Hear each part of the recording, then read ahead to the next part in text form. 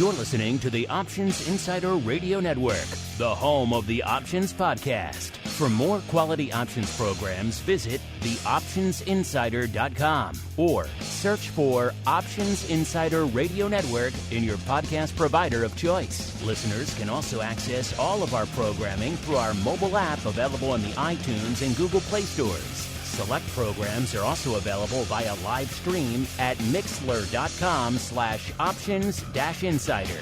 That's mixlr.com/options-insider. Don't forget to follow along with your favorite programs and submit your own questions for the hosts at twitter.com/options, stocktwits.com/options, facebook.com/theoptionsinsider, or via questions at theoptionsinsider.com.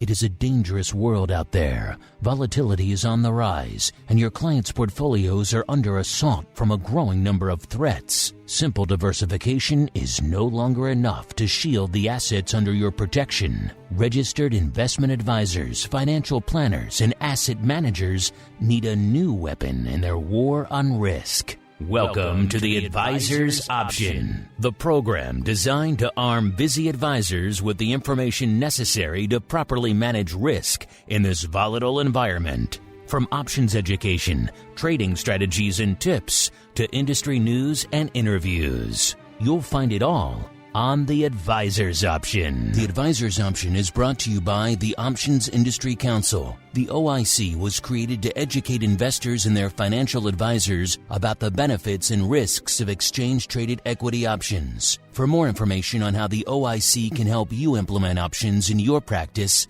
please visit optionseducation.org.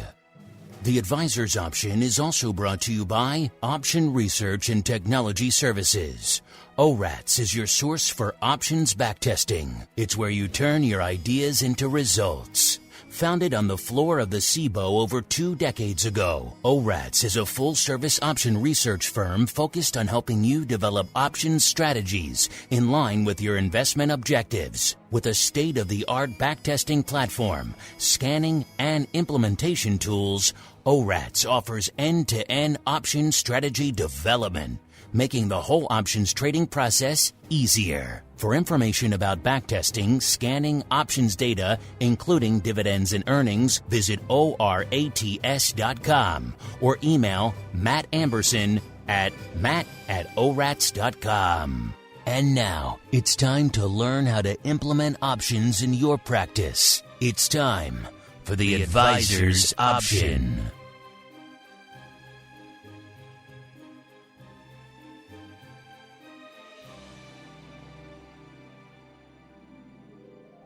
All right, everybody. That music means it is time once again for the Advisor's Option, the program here on the Options Insider Radio Network for you, the busy financial advisor or asset manager.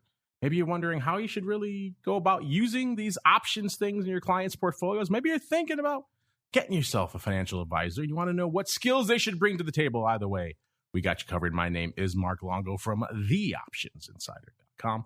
So as, of course, from the ever-exciting Options Insider Radio Network. A lot more on the docket for you as we roll on into the end of the year. So however you listen live after the fact, stay tuned. You have some good stuff in store for you, including another great pro Q&A coming up a little bit later today with the Spikes father himself, Mr. Simon Ho. So get your vol questions, get your crypto questions, get everything else. A lot of you already have. Get them in for him. That starts in, I believe, 2 hours. So it should be fun. He's got to wake up. He's beaming in from Sydney. So he can't go too early for him over there. But of course, it is December. That means it is time for our 2021 Look Back Year in Review extravaganza. And who better to join me to look back on the insane year that was 2021 than our old friend, Mr. Matt Amberson, the founder and principal over there at ORATS, a.k.a. Options Research and Technology Services. Mr. Matt, welcome back to the Advisor's Options, sir. Great to be here. Did 2021 go faster than 2020? I don't know. I don't know. In some ways, it seems like it did. And in other ways, you look back to things like January 6th and you think that was less than a year ago. It seems like it was a lifetime ago in many other ways. It depends on your frame of reference, I suppose. Speaking of your frame of reference, let's get to that. We have a lot to digest, a lot to analyze on this show. It is time to kick things off with the P&L statement year in review edition. What the heck happened in the options markets since our last episode? Let's find out with the P&L statement. All right, everybody, welcome to the P&L statement. Again, this is a statement that was born out of the pandemic, pretty much. We found ourselves every month on the show spending a lot of time just talking about what the hell just happened. Because every month there was some other litany of insane, unprecedented events. 2021 has been no exception. But before we look beyond the immediate rearview mirror, Mr. Matt, let's start with what we've been seeing since our last show. Obviously, over the past month, all eyes were on Omicron and the Fed. We may have some answers to one and maybe some answers to the other now. What are your thoughts on, last time we gathered here together, everyone was panicking and freaking out about Omicron, Vol. What are your thoughts on that and perhaps its lingering implications towards the end of the year, sir? Well, I think we stated on the show that Omicron is, and while it's pervasive, it's not as deadly or dangerous as the other things. And I have a pretty good feed of alternative news that helped me parse through all this stuff. So it's, it came in handy over Omicron. And we thought it wasn't going to be as bad. Certainly, many of the numbers that I look at haven't been as bad as, it seems out there in the news media, let's say. I look at the shape of the implied volatility term structure, contango backwardation. It never really got too bad. I look at this kind of forward volatility relationship. It never got too under duress. I had a client that said he was feeling the same way, but he looked at the CDS, the credit swaps, or how wide the credit market, and they're not too wide. So there's a lot of things out there that were hinting that it wasn't going to be as bad, and indeed it wasn't as bad. There were some small corrections there. But it wasn't really as bad, the Omicron, as the Delta, and certainly not the initial signs of COVID, obviously back in mid 2020, Mark. Yes, unfortunately, we have some precedent now for dealing with waves of pandemic. This is old hat to us now. I heard someone joking recently, can we just maybe be done with the Greek alphabet? No more Greek alphabet breakthroughs in 2022 is the hope there. But yes, you're right. Initially, we had that panic with Omicron coming on Black Friday. Things are obviously exaggerated on a day like that as well. It's a half session. Markets are thin, so whatever moves you're going to get are going to be exaggerated. A over 2% sell-off if it was a regular trading day? Probably not, but you never know.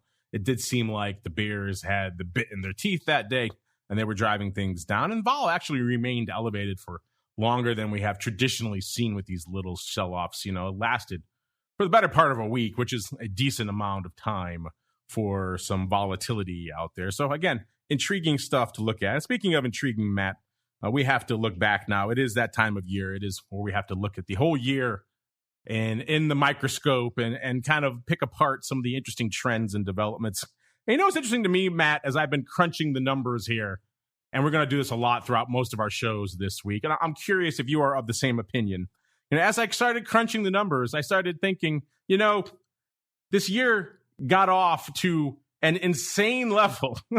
I mean, January, I don't know how you can encapsulate January. Everyone came into this year just hoping, just praying for a bit of a pullback, not in the markets, but it's a pullback from the crazy, a pullback from the insanity. 2020 was obviously unprecedented by any measure. They were hoping 2021 would come in a little bit meeker, come in like a lamb rather than a lion. And 2021 did not get that message. They came in completely the opposite. We, of course, had all the madness of January 6th. We, of course, had the GameStop, the meme stock palooza kicked off. in January, with GameStop getting well into the hundreds, vol into 1,000. Think about that. We saw a major name trading at sustained 1,000+% volatility levels for multiple sessions. These are things that, we were taught when we first walked on at least I was, and probably Matt as well, first walked on the floor of the CBOE. These are things that really can't happen. Maybe you have a brief flirtation with it in a biotech for a few seconds, right? Maybe immediately preceding or immediately after an FDA announcement, something crazy like that. But these are not things that are sustainable. And yet we saw that this year. And so we had the VIX kicking off the year at a pretty lofty level, pretty close to 27. It closed a little bit shy of 27 on that first trading day, 26.97. And it hit its high, closing high at least for the year, in that same month, later on in January 27th, in the middle of all this meme stock frenzy, it closed at 37, about 37 and a quarter. And that was pretty much its closing high for the year. We never really threatened that level again. We got into the 30s a few times, but that was really about it. So I don't know, Matt. I'm kind of wondering, as I look back on these numbers now, was January the apex of crazy for the year? Or do you think we had other moments that matched it throughout the year? Well, I'm just going to reflect on a good point that you made. Is with GameStop, we had to actually go in and change our rules for what is an error for implied volatility. It got so high, and then I started thinking about, Wilt Chamberlain. I think he's the greatest basketball player. Some people, you're living in Chicago, you might have a different opinion about that, but the best argument is they had to actually change the rules for Wilt Chamberlain. He was so good. And when you start changing the rules, then that is something special. So I think GameStop was something that was we're not going to see a whole lot of. And it was such a big deal that this and the other meme stocks have actually changed the way we look at volatility, changed the way we look at skew. I often talk about that 5 delta, and that is still pronounced in the marketplace. So there is, especially in the Russell component. So ORATS has a weighted average components of all of the 2,000 stocks underneath the Russell 2000. And one of the things that we average is the 5 delta implied volatility of the call 30 days out. We do a bunch of other ones too, but if you divide that by, let's just say 75 delta, so it's essentially the puts divided, or the call divided by the puts. Usually it's about 80%. The calls are never as high as the puts. Well, now in all of those components, it's been high. It was well over 1, and now it's still lingering around 1. So I think that the big thing is that of 2021 to me is the onset of the meme stock, onset of Reddit, onset of the retail traders, onset of the Robinhood effect. And you could see it in the skew, and you could see it in still some of these implied volatilities, well up above 400 in some cases. So I think that's the biggest story. But I agree with you. Yeah, January was the highest IV. It touched that, barely touched that levels in just this last kind of Dece area, but a little bit at the beginning of November. But yeah, January got up there quite a bit. But again, nothing towards the levels that we saw in 2020. Clearly, even October of 2020. I like to look at the SPY or SPX at the money volatility of 30 days. I know it's pretty similar to the VIX, but there's some other things going on in the VIX. But that peaked out at 31 in October of 2020. Jan of 2021 got up to about 26. So a little bit lower, and then it's kind of sat around there. The interesting thing to me is how vol has remained pretty elevated, even at high levels of the market. There's still a lot of concern out there. There's still a lot of worry out there. Skews actually of the SPX is pretty high still. So those are the things that are sticking out to me of 2021. Obviously, there's a lot of smaller stories, but that's what I'm thinking about, Mark. Now, since we're touching on the meme stock here and the whole meme stock palooza We had an interesting question of the week recently. Matt, I'd be curious to get your thoughts on it. We asked our audience, we kicked off the year riding the meme stock wave, but has the interest in names like AMC, GameStop, rockets, your B-Bigs, you pick your poison out there. Has that begun to cool? Quite simply, is the meme stock wave dead? We asked you guys this last week. We gave you 3 choices if you want to do, because yes and no is no fun. You got to have a curveball out there. So we gave you yes, no, and I prefer crypto. The results are in. Mr. Matt, if you want to hazard a guess as to which way our audience voted, have at it. And then more importantly, well, what are you feeling? Are you thinking the meme stock wave still has legs going into the new year, or is it starting to peter up?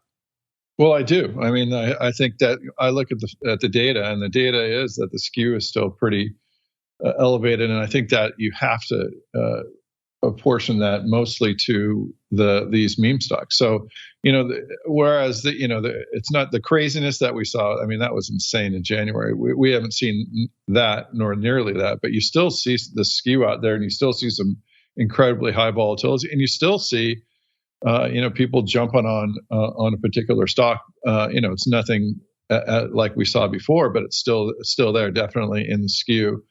And then you mentioned crypto. It was on the show when we saw BITO come out, and I've been loving BITO because I have some crypto and I'm able to. I'm too lazy to work on Ledger X, but I have my ability now to put a collar on, even though I don't have any underlying there. So I've been loving that. I did my first trade on the show, so I've been loving BITO, and and there's a lot of interest in crypto, obviously, and I have kind of an ambivalent feel towards crypto. We've talked about that in the past, but yeah, definitely crypto. But still the meme stocks are there. And I think those are the bigger things that I've seen, Mark. Yeah, BITO's been a fun one to be trading around with. We'll get to that in a little bit later here on the show. Really quick, some other looks back. By the way, our audience, how did they vote on the meme stock poll? They were pretty split. Exactly 50% said no, the meme stock wave is not dead. 43.6% said yes, it is dead. And 6.4% said I prefer crypto. So if we didn't throw that little curveball in, it would have probably been a straight 50-50, which I guess makes a market and perhaps also shows that perhaps the mad meme stock days are not fully behind us. Speaking of behind us, we got some levels in the S&P that seem to be behind us, at least for right now. The year started, SPX 3,700. And remember, it wasn't that long ago. It was back on our big election night special from a little over a year ago where we were testing 3,300 overnight on that episode. So since then, we never really retested that 3,700 level. We got north of 4,000 right around the end of March, beginning of April. And we never really looked back to that level either throughout the rest of the year. In fact, even during the teeth of these recent sell-offs, or we had a sell-off back in early October, which maybe gets lost in the wash with all the other mini sell-offs we've had over the course of the latter part of the year. But we got down about 4,300 there. That was the closest we got to really retesting the 4,000 level. And of course, during the recent sell-off, everyone was panicking. The sky was falling. S&P was off 2%. Still, the low we got was 45.13. So interesting times. Of course, S&P pretty much hitting new all-time highs just about every day over the course of the past week. So 3,700 seems like a distant memory, at least for now, unless, of course, all these Greek alphabets start to rear their ugly heads again out there. Hopefully, we won't have repeats of those. I think everyone could use a bit of a break from that out there. But we don't need a break from the earnings madness. This past season was a good one. Let's get to the earnings volatility report.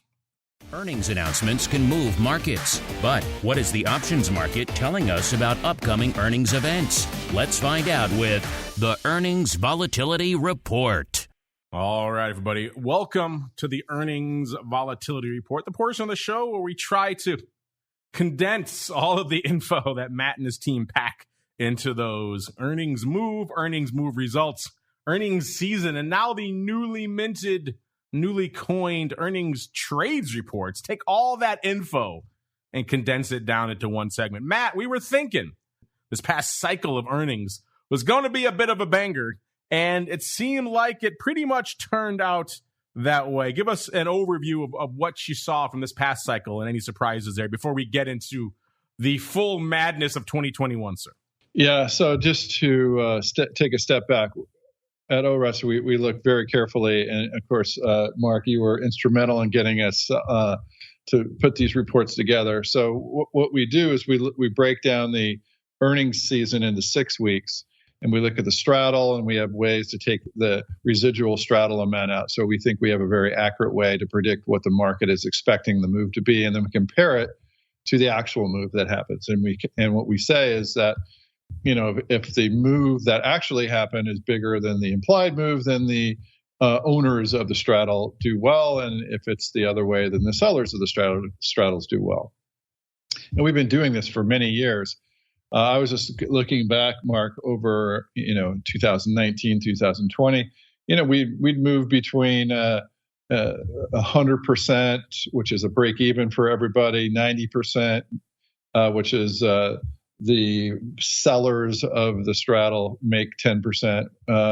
In some cases, one of the higher ones, July, sometimes would surprise and maybe get 10 or 15% above for the owners. But then right when COVID hit, we went from, for example, in January before COVID, it was 111%, meaning the buyers did well to the tune of 11%. Then in April, it was 89%. The 6 weeks following the July 2020, 78%. 72% in October. That was crazy. And then it got even crazier. Then January 2021, 74%. And we're like, what is going on? 72% in the April of 2021. And I think, July started to make a little bit of a comeback. And you said, is it ever going to get better? I go, I'm starting to feel it. And then, so finally we got at least to about a break even last earnings, which is a big move for us. October, anywhere around 100%. And I was saying, earnings lives matter. So I think earnings is going to be back. We're seeing people starting to care again about actual PEs and actual what's going on in the specific companies and what they're announcing and such. So, so that's what's going on in earnings. And like you said, the newest thing is we have we've tested a lot of the data points that we have in the earnings move report. Things like what is going into earnings, what is the implied earnings move divided by the past earnings move, or what is the X earnings. So we have ways to take out the earnings effect from the implied volatility of a stock versus what the kind of historical volatility is. Is the vol high or low, and does that matter? And we found that these are important indicators for profitable trade. So we looked at buying straddles, selling straddles, but the best strategy was the time spread. And a lot of great traders like Passarelli, and he loves the time spread. And finally, I proved it to myself there that the time spread is doing the best in our testing as well. And so we put out those trades that have similar characteristics to the most successful trades over the last 4 or 5 years. So that's what's up in the earnings season, the earnings trade, Mark. Mr. P. Yeah, he didn't even know he's been doing shows with me forever. He didn't even know we had all this earnings data from you. And then I told him recently, he said, really? Where can I go find that? And then next thing I know, he's loving the ORATS report. So you've converted him to the dark side there, Mr. Matt. Yeah, and he's come over and they're asking for other information. So he's really into it. I've known him for a long time. And I said, Dan, we have a lot of this data. I'm good. Yes, he does like himself some earnings time spreads. And as you mentioned, this past cycle, maybe, dare I say it, getting us back to, some semblance of normalcy. 99%, you may say, well, big deal. You didn't even break even. But as Matt just pointed out, if you looked at all of the cycles since this madness kicked off in 2020, you saw a whole heck of a lot of nothing, which is counterintuitive to a lot of people, that in a time when overall broad volatility was high, that earnings vol was seemingly non-existent. And that was the case season after season, cycle after cycle. It didn't really matter how much vol you squeezed out of a particular name. There was always more to go. And finally, we saw this past cycle, week 1, 98%. So that was one of our first really kind of almost break-even weeks. That in and of itself was a big deal. Then week 2 was back to more of what we've expected throughout the entirety of the pandemic, which was 58%. So pretty much vol got annihilated that week. And then week 3, back to 90%. And then week 4, we saw our first dose, our first glimmer of hope of outperformance with 114%. Week 5, 99%, so still holding firm. And then week 6 coming in at 99%. So 119%, and the average, I should say, for the season was 99%. So very close to breaking through out there. So Mr. Matt, are you prepared to go out on a limb? Are you feeling for our first cycle of 2022, you think we're going to get some outperformance, sir? I'm much more confident. Yeah, I think that the owners of volatility are going to get their comeuppance pretty soon. Interesting stuff. We shall see. As we keep on going, let's go back and look back a little bit at some of the fun learning we did on the show, a little bit of the old Options 101. It's time to learn how to manage risk and generate additional income for your clients. It's time for Options 101.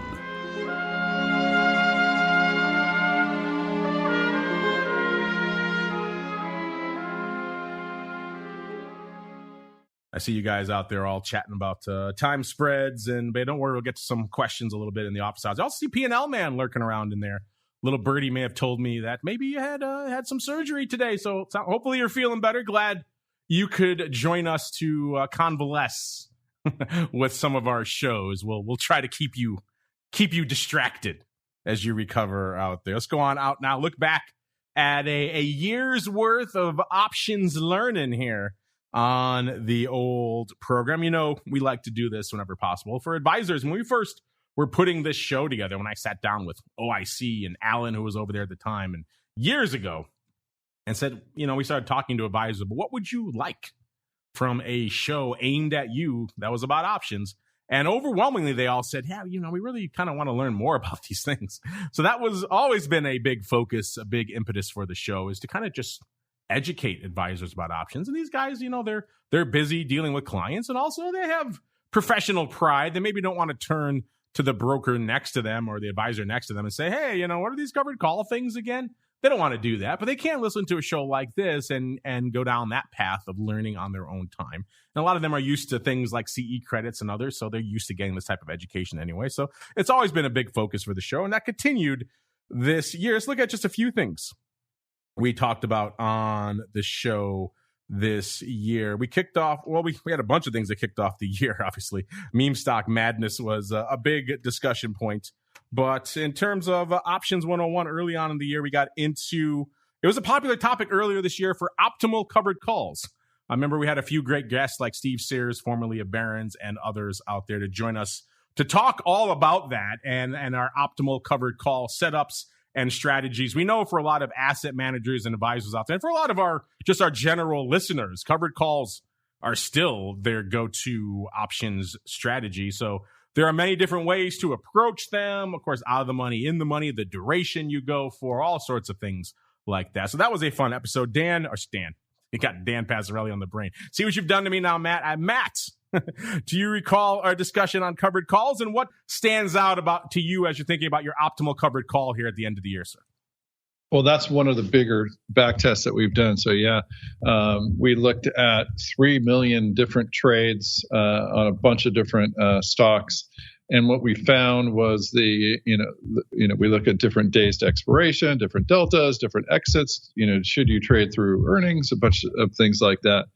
And so here's kind of the synopsis of it. It's about a 30-day, but more of like a 15 or 20 delta. So farther out of the money, and try to get as much money as you can for that. Like, I think our range was 1.25 to 2.5%. So it's about a 2, it's really difficult to get that much premium, but if that's a big thing, to get as much premium as you can. Avoid earnings. And one thing that wasn't in the test was we did it for a large pension fund, was avoiding conferences. So we work with Wall Street Horizon, and they give us the conferences information. So that was a good thing to avoid, was conferences. So that's kind of a side note. And exiting, it just says to hold it all the way to expiration.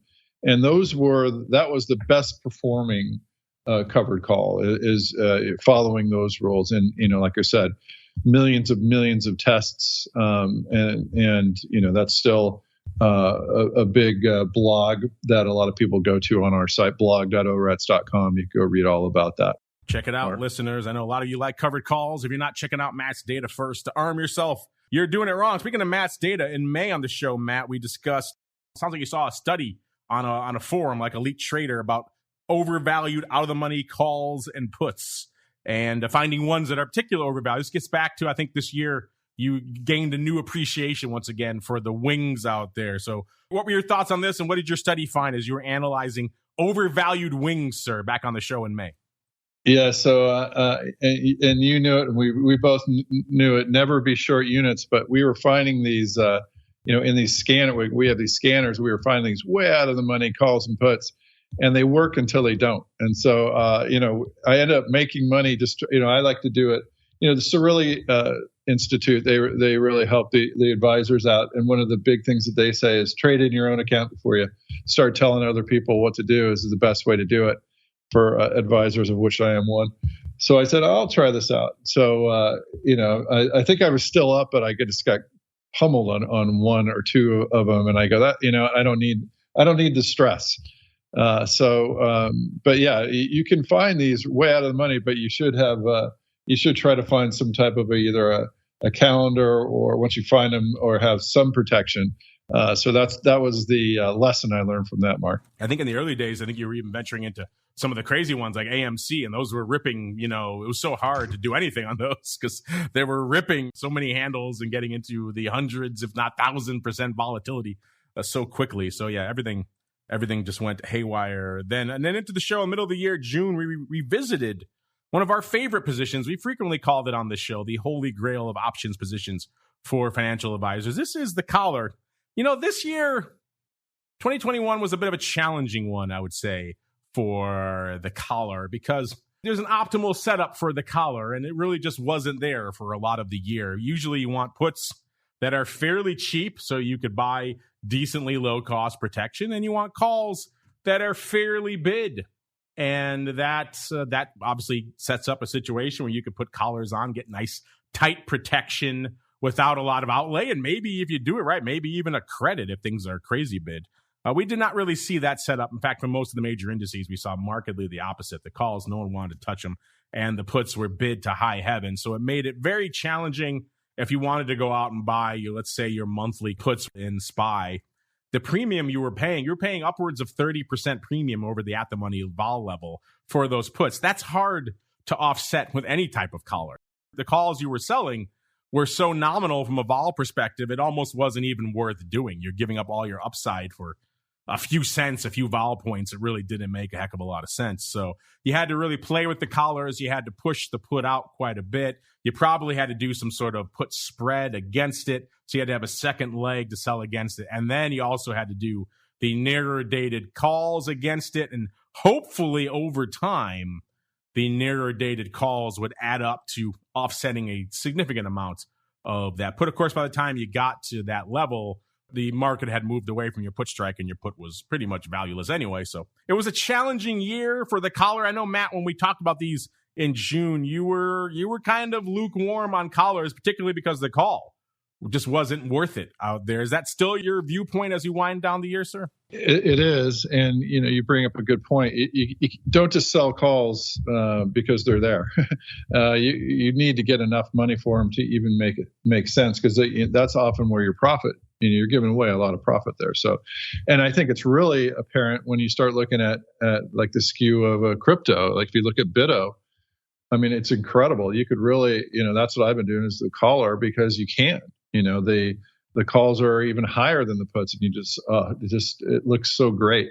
I wish the markets were like that. But that's why, you have to find, for just regular stocks, there are some stocks out there that trade like that. But you also have to watch out for those stocks. So yeah, the collar is tough. We've been testing some interesting butterflies, even imbalanced butterflies, like buying one, selling two near the money. Selling three near the money and then buying two. So you're unit neutral. You're getting a fair amount of premium, and you can make some money on the way up. So it's the collar is kind of tough. You can do a butterfly on the collar side, especially the ones that I've talked about with different ratios that help you get some of that upside without giving away too much. But that's what I've been finding, Mark. And then in July, we revisited another popular strategy, which is ratio put spreads as a hedging tool. Not the traditional put spread, buy one, sell one. You're talking ratios where you're typically selling one nearer the money and then buying more, usually two, farther out of the money. Obviously, if you think about that, listeners, in the near term, if you're short one, you don't want a little bit of a sell-off. You really need a big sell-off to blow through your long strike and have that second put start kicking in. And an intriguing strategy. It's one I know some people utilize. I know Talib and others utilize this out there. Talks a big game about black swans, but the way he hedges it is actually through these types of ratio put spreads. He doesn't just load up on puts like everyone thinks. But interesting stuff. Mr. Matt, what are your thoughts on ratio put spreads? I think we also on that show very briefly discussed 1x2 call spreads in VIX as well, kind of the flip side, the flipping of that script in the vol product. So any thoughts you have on those as well, have at it, sir. Yeah, definitely. I mean, my favorite thing to do is just test these on their own. So what is the best way to sell a put? What is the best way to buy a put? And then you can combine those. But what I've found is actually if you're selling the shorter dated out of the money, you can still get a fair amount of premium in those. And, especially if, your market signals aren't too haywire. I mean, you could kind of look at some levels of VIX and determine not to do it on very high levels is kind of what we found is when the VIX gets really high to stay away from the selling of the puts. And then the buying of the puts, I've talked about this many times, is you want to have, I think, a portfolio of those. Like I like even the long dated puts, like 500 days, way out of the money. Those should be in. A lot of people have puts at other tenors and other deltas, but what I've been hearing from people is I've finally convinced them that should be part of their overall portfolio of their hedging and their puts is that longer term. Now it's a little bit difficult to do that longer term one now, especially when the volatilities come up, and we have back tested pretty specific ways to get out and monetize these puts. So, for example, even now I'm just starting to get back into those after having monetized them over the last couple months, Mark. Speaking of monetizing your puts, that was our topic for our most recent Educational Options 101 segment. Back on our last episode, we talked about how to pay for puts. We revisited a lot of different ways you can do that. The collar we just talked about, the put spread, there's a lot of different ways you can go about paying for puts out there. But yeah, as you just mentioned, Matt, you kind of threw an interesting wrinkle into that discussion, which are your, I think you called them, what was your devious your devious puts, as you called them on our last show. You kind of just broke it down. You're very, very far out of the money, pretty long-term puts. How's that been working out for you? I know a lot of our listeners are intrigued by that strategy, sir. Yeah, so this is a good point because I'm kind of in the middle of it to the end. So you have to have some type of a monetization strategy for these puts. So again, we're talking about these ones that you'll come in when the ball just pops, and you're nowhere near. There's no gamma in these things. It's just all vega, and the vega really pops, and so you could really get a decent amount. But you want to have them for a while, and when we were on the floor, we developed these kind of systems for monetization, which is and again, this is all subjective, but if you have some type of a hard and fast rule, I found that it helps. So we would monetize 20% right away. So right when we had some profit in something and we had a chance, we would monetize about 20% of that, and then we'd monetize 40% when we had gotten to a level that we were looking at, like that we wanted to make. And then you do maybe another 20% not too far away from that 40%, see if you can get a little bit more, and then you just keep the 20% on almost at all times, so just in case something happens. So I'm in that kind of period right now where I've got about 20 or 30% of the puts left. So I'm just starting to get a little nervous because I monetized most of them, but I'm anxious to get back in. It looks like vol is coming back down. So so what you want to have is you want to have a lot of these puts on. So when the market goes in your favor, then you can start getting out of them. And then you also want to have these short puts that will help pay for everything now. So it's kind of crazy right now. It's great because I don't have the bleed. I usually, every day is a bleeding day a little bit, but now, just based on where my puts are, I don't have that. So, but now I'm getting a little nervous. I'd like to, I always like to have puts for the proverbial rainy day. So that's how I go about those out of the money puts. They're great to have on. They help you sleep better. You could do some other things with your portfolio, get a little bit more aggressive. I dabble in the UVXY and SVXY, VXX. But I do agree that it's nice to have those way out of the money. Those actually help.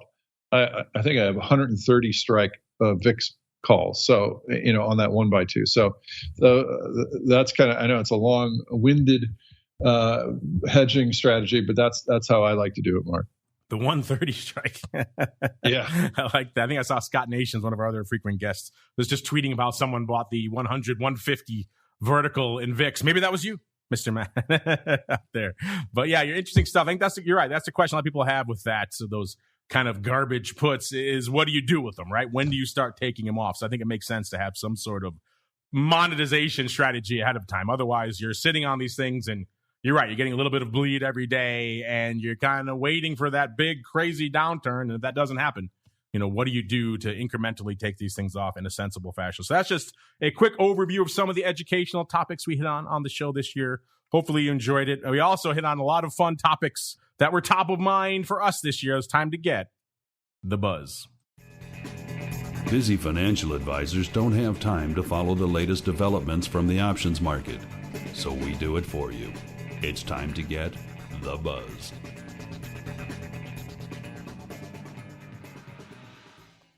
All right, listeners, you've been listening to the show all year. Kind of the top story for a lot of people coming into the year and indeed to end the year is this notion that this options party just keeps rolling on. We hit a record at the time level of 7.52 billion contracts at the end of last year. It seemed like an anomaly. It seemed like the entire world of 2020 was an anomaly. Everyone was stuck at home, and all these situations that probably wouldn't be replicated in 2021 existed. So it seemed like the inner cynic in me, the skeptic, said, we probably won't hit those numbers again. And if we do, maybe we don't want the societal impacts that will be required to get there. And then, of course, 2021 came along, and as you said, January was the most insane part of the year. 2021 said, hey, hold my beer. I can show this kid what's going on. And the numbers have been just ridiculous, I think is a technical term. In January, we hit 843 million contracts. That was just in January. That was a record at the time. That was the most active month in the history of options. We since set new records almost every month throughout the entirety of the year. By March alone, already by March, we were up to 904 million contracts just in that month. So that was a new record alone. So it seemed like we were on pace to beat 2020. And sure enough, we were. We beat that 7.5 billion by about mid-October. I think we ended October a little bit north of 8 billion, about 8.1 billion in total contracts traded for the year. Of course, we're putting up about almost a billion contracts a month. In November, it was 944 million. So 8.1. So you're talking about 9 billion contracts at the end of November. We don't have the numbers for December, but it's a pretty active month so far. So you got to figure it's somewhere in that ballpark. So we're threatening 10 billion contracts to end the year. We won't get there probably, but we are threatening that, which just saying that out loud is insane. 7.5 billion was insane. 10 billion or even close to that is complete insanity. So we asked you guys, that's our question of the year to end the week right now. Get on out to add options if you haven't played ball yet. We said 2020 was a record year for options with over 7.5 billion contracts changing hands. 2021 is threatening a record 10 billion contracts. So our question to end the year, can 2022 possibly top this record? Options volume level. Gave you three choices again. Yes, we're in store for another record year. No, the party is over, or you're too busy buying GameStop calls to care. Mr. Matt, what are your thoughts on just this insane options volume numbers we've been seeing pretty much month after month? I mean, 10 billion we're threatening. Just say that out loud. It's insane. And then B, what are your thoughts on our question of the week here? Do you think we can threaten that again or perhaps even exceed it next year? So I've mentioned this, but if you look at just the money supply, and I think that has to be one of the indicators for the amount of options that are out there. So as we print, all the financial instruments kind of blow up, and options is no exception to that. So I think that you could pat yourself on the back, but I think a lot of it is driven by these Fed policies that are just off the charts. Literally, the charts that we were looking at even a year ago, the money supply is off the chart. So I think that has a lot to do with it. Obviously, this volatility has a lot to do with it. That's what's 2017 was kind of our last breath of normalcy of option volume until it blew up. So obviously, 2017 was a quiet year. So 2018, really reignited the volume. So I think it's a combination of the money supply and a combination of volatility.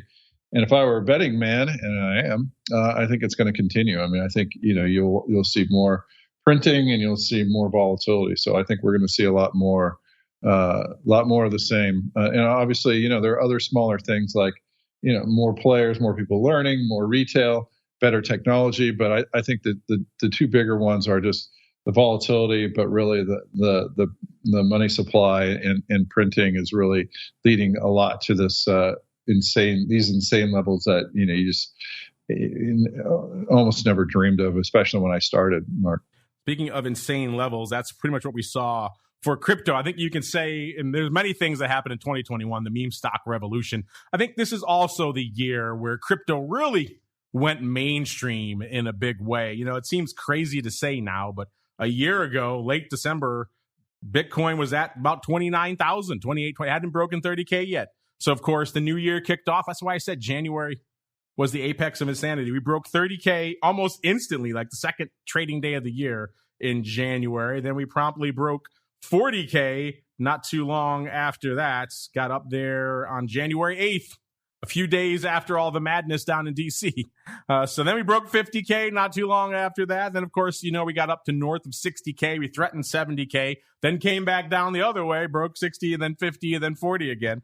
So interesting stuff. We hit 1 trillion in market cap, something people maybe thought wasn't possible, or if it was, wouldn't happen farther down the road. That happened this year before surrendering it again. We've mentioned, of course, a lot of the other cryptos really started penetrating into the mainstream more. ETH started becoming much more popular with a lot of you out there. Of course, a lot of you got into some of the sillier ones as well, like your Doges and your Shibas. I'm looking at you, Unlimited, there in the chat. I know you like yourself a little bit of Shiba. So there's been kind of a crypto for everybody out there these days. We had, of course, big mainstream platforms really launching more products. CME launching ETH futures, micro Bitcoin futures, and micro ETH futures, all in the span of this calendar year. So they've really gone whole hog on all things crypto. And then, of course, the watershed event of them all, I mean, outside of the price action in Bitcoin, was really, as Matt alluded to, this launch of the BITO. It really just changed the game for a lot of people here in the U.S., especially for our audience. You've all been asking since day one, where can I get some Bitcoin options? And the answer was usually not many places. So BITO changed that, and in a just dramatic fashion. As Matt mentioned, it was very attractive for callers out there when it first listed. And that brought Bitcoin options where you wanted them, into your securities account. So that's been a game changer for a lot of you out there. Matt, what are your thoughts on this insane year from a crypto perspective? And do you agree with that synopsis there, that this was the year that crypto became mainstream? So, which, by the way, think of this too. 4 years ago this week that CME launched their Bitcoin futures. Can you believe it's been 4 years? And I think I was on the crypto rundown back then too. Mark, you know me. I have a weird look at crypto. I've had an ambivalent relationship with it for a long time. I'm really wary. I'm getting, and the more uptake, the warier I get. Meaning, there's no way that this Federal Reserve corporatocracy world that we live in is going to allow something unless they want it to happen. And so, I think the strategy for them is to almost look like they don't want it, but almost look like they want it. Meaning, so as the adoption starts, and I mean, in MicroStrategy, there's a pretty cool YouTube video with the CEO of MicroStrategy out there. It's good. It's a good watch. But as more and more of these companies adopt it, I just get a little bit nervous because I think what they're really trying to do is shoot for a central bank digital currency. I think that's the kind of the long-term game, and that's not a very good thing for us freedom-loving people. So, I have an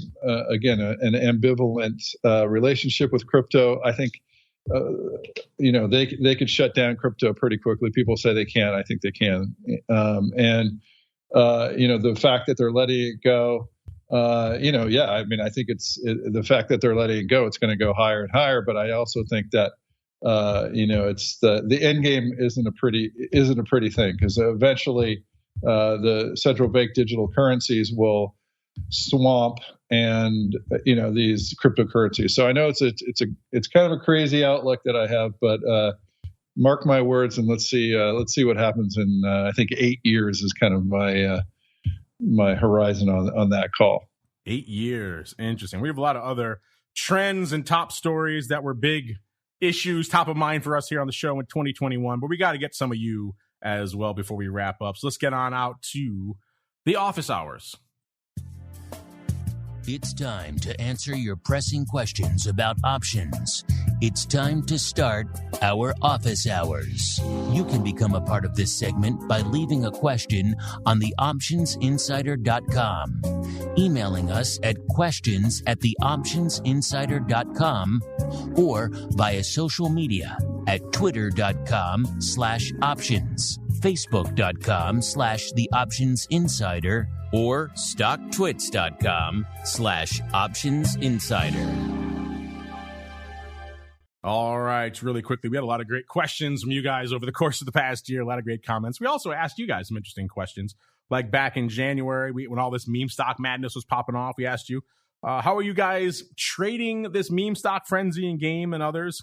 They should call it the short squeeze frenzy. The term meme stock hadn't really been coined yet. We gave you 4 choices: buying calls or spreads or flies, buying puts or spreads or flies, selling puts or spreads or flies, and then other. And nearly 60% of you said you were buying calls /spreads/flies. I got a feeling most of that was the call, the call side alone. So yeah, not surprising you folks were loading up on calls there. In April, we asked you, which level are we going to hit first? A VIX of 14, SPX of 4,300, a Bitcoin of 70, or WTI of 70 out there. It was actually very evenly split, almost 25% for each. So our audience, aka you folks, were very evenly split back in April. And I have to look out to see. I think it was 4,300 that came first. I know we flirted with 1501 in VIX closing. I'll have to see on back. That was back in October. I don't think we might have printed there earlier in the day, but that was obviously after we hit 4,300 in the S&P. So I think it was S&P 4,300, but I will have to check. We also asked you guys right now, if you could buy a 10% out of the money call. This was back in May. If you could buy a 10% out of the money call in any crypto, which would it be? Bitcoin, ETH, Doge, or other? And 54.8% of you said ETH. I'll have to go pull up an ETH chart really quickly, but I got a feeling that was a pretty good call from where ETH was back in May. Let's see if I can get all the way back to May. Yeah, ETH back in May was in the 2000s. So yeah, you did good on that one. It depends when you bought it. May 11th, it was 41.79. Then, of course, we saw the sell-off. So if you bought it in early May, a little bit more challenging because it was already at 4,000. If you bought it in late May, back to 2,100, you're looking pretty good right now. So I guess it depends where you were in May. We also had questions about collars and everything, but I want to get out to questions about annuities, all these other things. Let's get out to the live I know you folks have been asking us some questions while you've been going on, like Mr. Luigi, my boy Luigi. He's got a question for you, Mr. Matt. He says, I mentioned a strategy in UVXY the other day, and I wanted to ask Matt what he thought. I place a call ratio, so buy 2, selling 1. So he's doing kind of the inverse of the typical ratio in VIX, which is sell 1, buy 2. He says, depending on the vol, I let it run up, then I add a 5 or 10 lot of puts for a dime to 15 cents as soon as I see the candles turn to the downside. I've had some success, but am I running the gauntlet? Is it a ratio with the credit? It is a ratio with a credit or small debt. I remember you mentioned this now. I think it was on Vol Views 2 weeks ago now.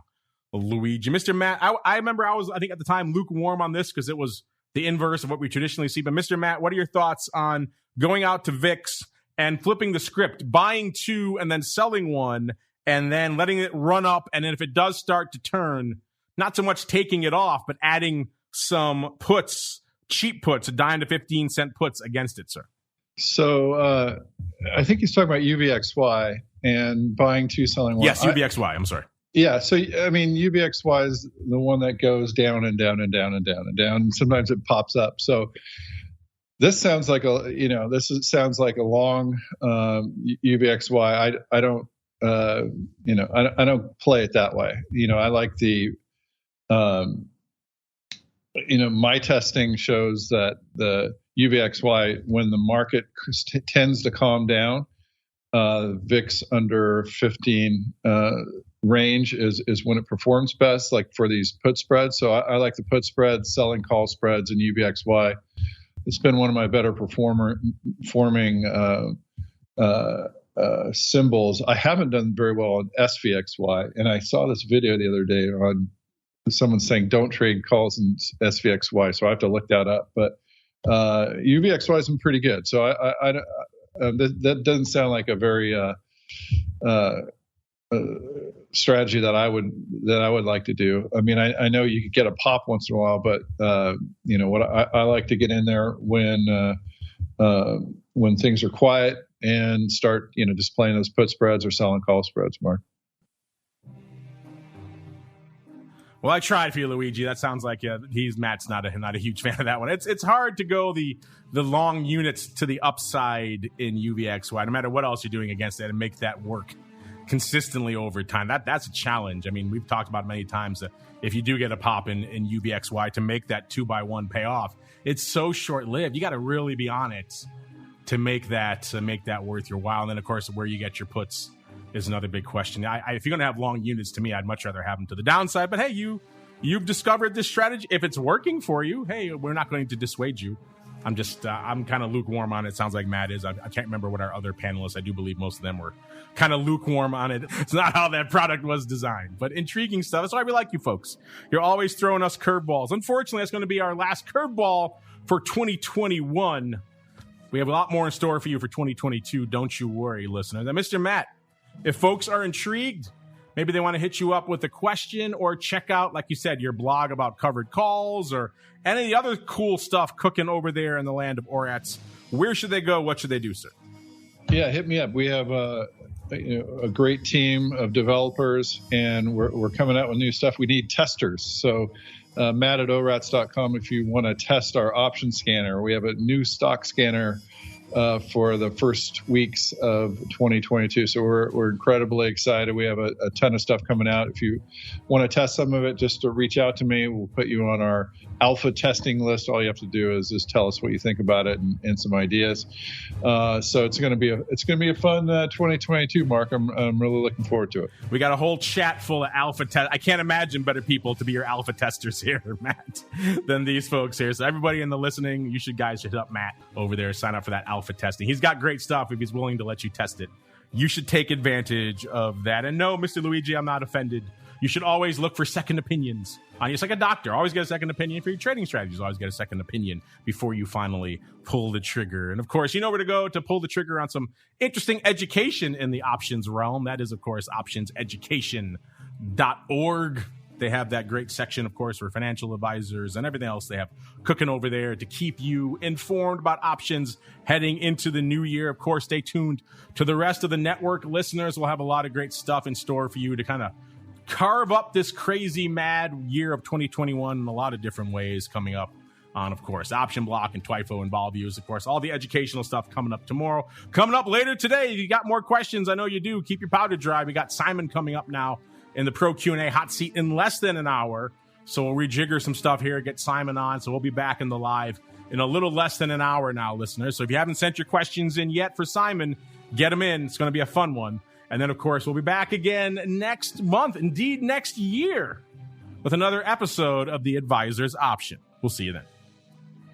Advisor's Option is brought to you by the Options Industry Council. The OIC was created to educate investors and their financial advisors about the benefits and risks of exchange-traded equity options. For more information on how the OIC can help you implement options in your practice, please visit optionseducation.org. The Advisor's Option is also brought to you by Option Research and Technology Services. ORATS is your source for options backtesting. It's where you turn your ideas into results. Founded on the floor of the SIBO over 2 decades ago, ORATS is a full-service option research firm focused on helping you develop options strategies in line with your investment objectives. With a state-of-the-art backtesting platform, scanning, and implementation tools, ORATS offers end-to-end option strategy development, making the whole options trading process easier. For information about backtesting, scanning options data, including dividends and earnings, visit ORATS.com or email Matt Amberson at matt@orats.com.